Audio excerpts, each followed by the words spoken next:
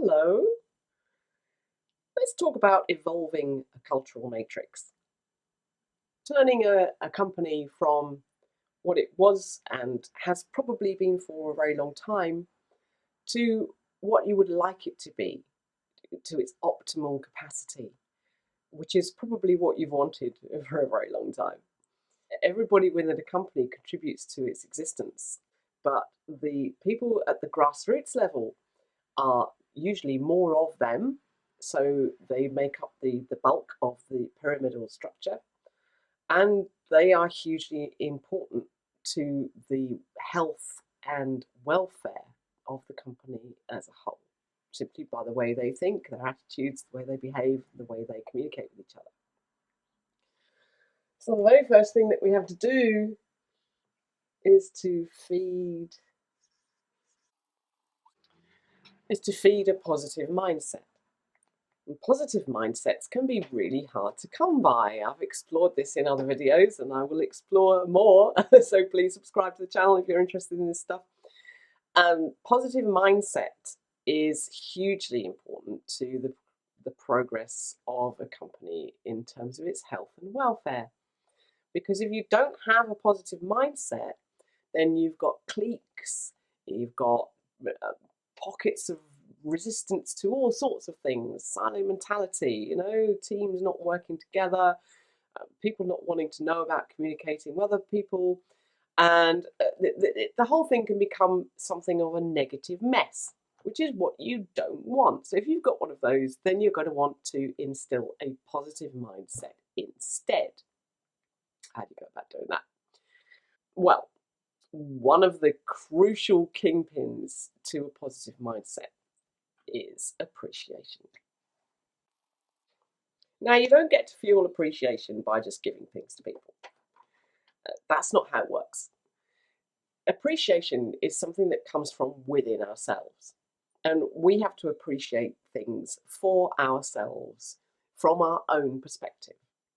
The things that we need to be appreciating are the things that are in front of us every single day. And that's hard because familiarity, as we all know, breeds contempt. Appreciation goes against the grain of that familiarity content cycle and starts to instill something that's more healthy within our approach to life and the workplace and the world at large.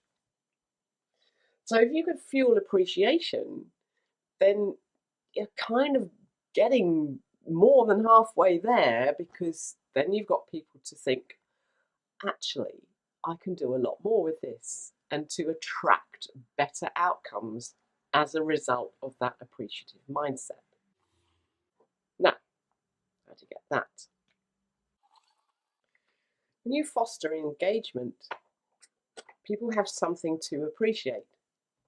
We all have something to appreciate when we're engaged in something that means something to us. It's really essential in the workplace culture to be able to feel like you're part of a mission. You want to be part of something that matters. Everybody, right across the board, needs a sense of purpose. We crave it. We look for it everywhere, in faiths and belief systems, in our friendship circles, in the books we read. A sense of purpose is intrinsically part of the human factor, and you have to foster it. If you're going to evolve your culture, you must have an engaged culture to foster. So this is absolutely critical. And as you can see, none of these steps are really steps that you can leave out of the equation. They all need to be there. How do you get to foster engagement? What does engagement involve? Well, one of the things that people can get a bit scared of when we broach it and bring it into the company boardroom discussion is that other E word, empowerment.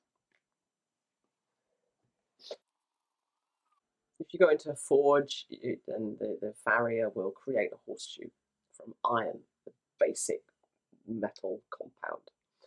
The same with empowerment. You take the basic raw material of the human factor to become empowered by crafting it and giving it room to self-create into something that you actually want. Everybody wants to feel that sense of purpose, that sense of engagement. Yes, everybody loves autonomy, but at the same time, everybody loves alignment. And finding a balance between autonomy and alignment is a trick of the light that's difficult to catch. You can see that you're creating a culture that is naturally evolving. And that really is the whole point of the exercise.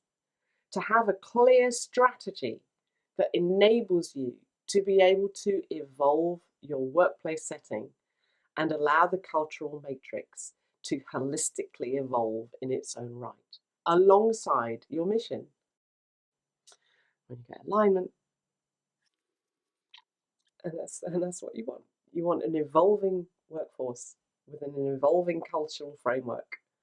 And it has to be cohesive because it has to align with the mission, the trajectory, the sense of purpose, the vibrancy, the energy. Everything starts to come together. And what do you get? You get increased productivity as a natural result of that. You get less downtime because people are starting to enjoy coming into work every day. You get less firefighting because suddenly people are becoming proactive instead of reactive. And what do you get as a result of all those things? Yes, of course, you get increased profitability. So, hey, subscribe if you want to know more. Get in touch with me if you'd like to have a chat. And I hope to see you soon. More on this later. Take care. Bye.